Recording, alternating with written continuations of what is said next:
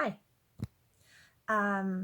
I've been watching people put lots of stuff out there during this isolation where we're all distancing and needing to feel connection.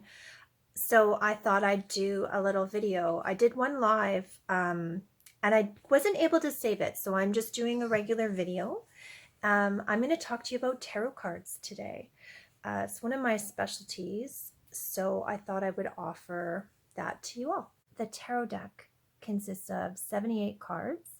There's 4 suits: cups, pentacles, swords, and wands. And there is almost a whole suit in itself called the High Arcana. Now that one, when I was taught, we broke it down into 3 groups of 7. And it's like 3 phases of the traditional hero's journey. Today, what I'm going to focus on is the first card in, kind of the first card in the High Arcana. It's the 0 card. It's the Fool card. The Fool card. So it's labeled 0. So it's not really the first card or the last card or anything. It's kind of the 0. I was taught that it represents us, ourselves, and how we are moving through the hero's journey. It's where we start, but it's also where we are at any given time within that journey.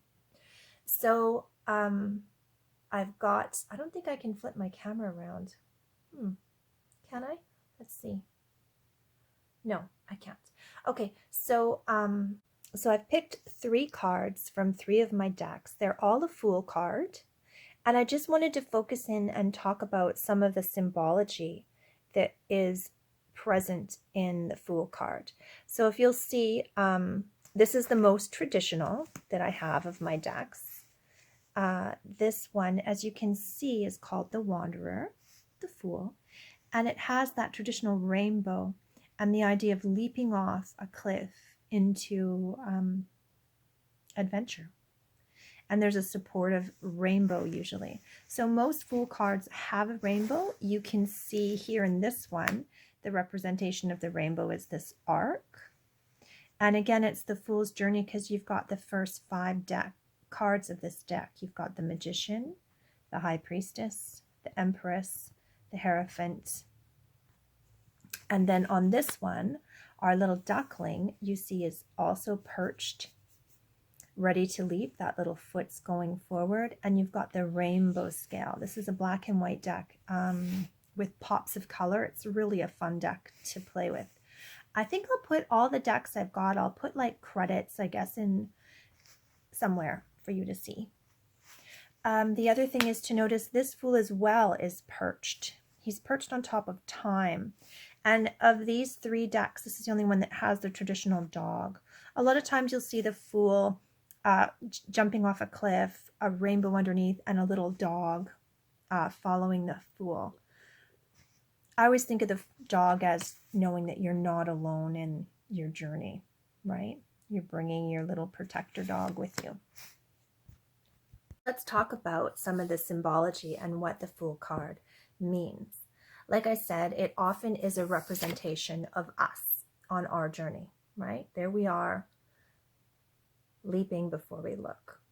So the Fool talks about innocence, adventure, hearing that call to change, to move forward, to grow, and heeding the call, whether it's the call of your inner self, your highest self calling you up, or a call to action in some other way. Maybe it's an opportunity that's knocking for you. I also think about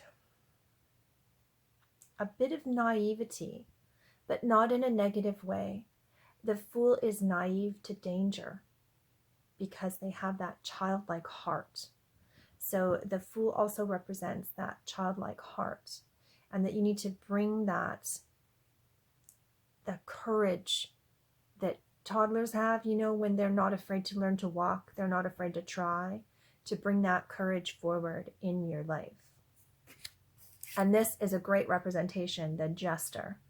because the Fool card also thinks back to when these were made. Like, you got to remember, tarot cards are like super old, super old.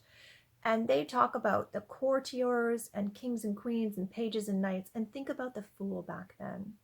That jester in that court, sometimes the only one speaking the truth. The Fool would make fun of the follies of the people around them. The Fool would point out people's lack of character and always bent the ear of the ruler, right there in the courtroom, seeing everything and saying what people are afraid to say out loud. The Fool acts it out. So also the Fool can show up as a bit of a trickster in your cards.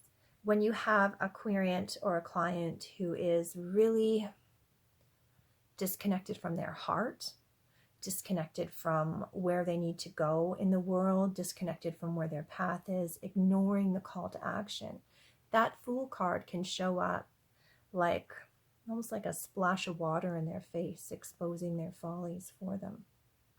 So there you have a quick little bit of the Fool. There's the 3 cards I picked for you from my decks. And yeah, please post questions. I'll answer them. You can respond to this. Let me know if you like it. Maybe I'll do some more. I'm kind of liking it.